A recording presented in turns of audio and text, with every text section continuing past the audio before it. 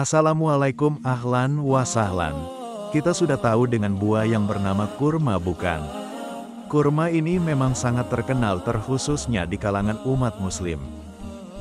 Mulai dari kurma ajwa, Sukari, Mesir, Tunisia, dan masih banyak lagi. Selain itu, kurma yang biasa kita konsumsi saat bulan Ramadan memiliki berbagai manfaat, antara lain menjaga kesehatan jantung, sumber energi bagi tubuh, mencegah insomnia, dan masih banyak lagi manfaat lainnya.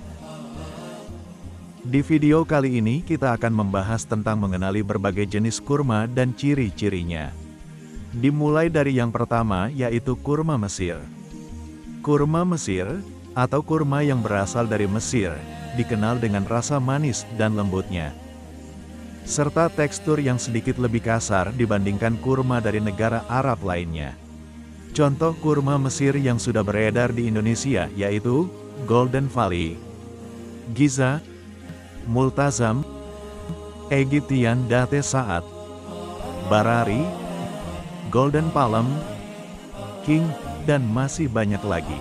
Ukuran kurma ini lebih besar dari kurma pada umumnya.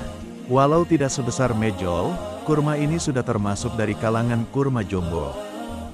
Walau di negara Arab kurma Mesir memiliki kualitas paling rendah, kurma ini memiliki tingkat penjualan nomor 1 di dunia, karena harganya yang relatif murah dan nikmat. Pemirsa tajir, untuk memilih kurma Mesir yang satu ini tidak hanya ditujukan kepada satu merek saja. Hal ini justru membuat pemilihan kalian lebih sempit dan tidak efisien dalam memilih kurma. Berikut kami terangkan bagaimana cara memilih, mensortir kurma Mesir yang baik. Pertama, kondisi kurma. Selayaknya kurma yang sudah diproduksi memiliki standar yang baik dalam pengiriman, namun beda hal dengan kurma yang satu ini.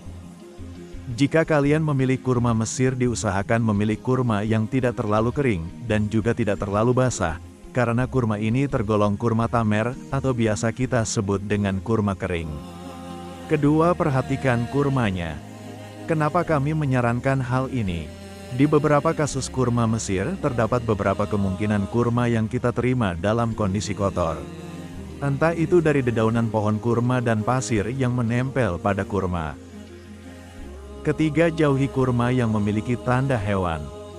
Ada dua tanda dalam kasus ini, yaitu pertama, jika kalian melihat ada lubang seperti di gambar dan kondisi kumnya baik, maka singkirkan kurma tersebut.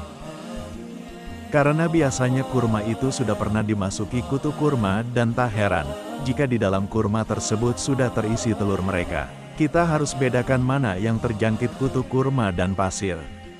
Untuk kutu kurma yang memiliki telur di dalam kurma, biasanya berada di dalam kurma yang bagian pangkalnya tertutup rapat.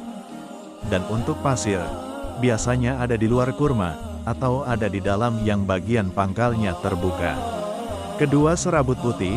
Serabut ini berbentuk seperti jaring putih dan biasanya muncul di bagian pangkal kurma. Karena serabut ini menandakan kurma tersebut telah dihinggapi laba-laba. Tapi perlu digarisbawahi bahwa kasus ini cukup jarang ditemukan. Untuk kondisi pertama dan kedua masih sangat layak untuk dipilih dan dikonsumsi. Namun untuk kondisi ketiga, ada baiknya kurma yang terjangkit sebaiknya disingkirkan, bukan seluruh kurma ya teman-teman. Karena kondisi ini biasanya hanya ada di sebagian kurma, bukan keseluruhan.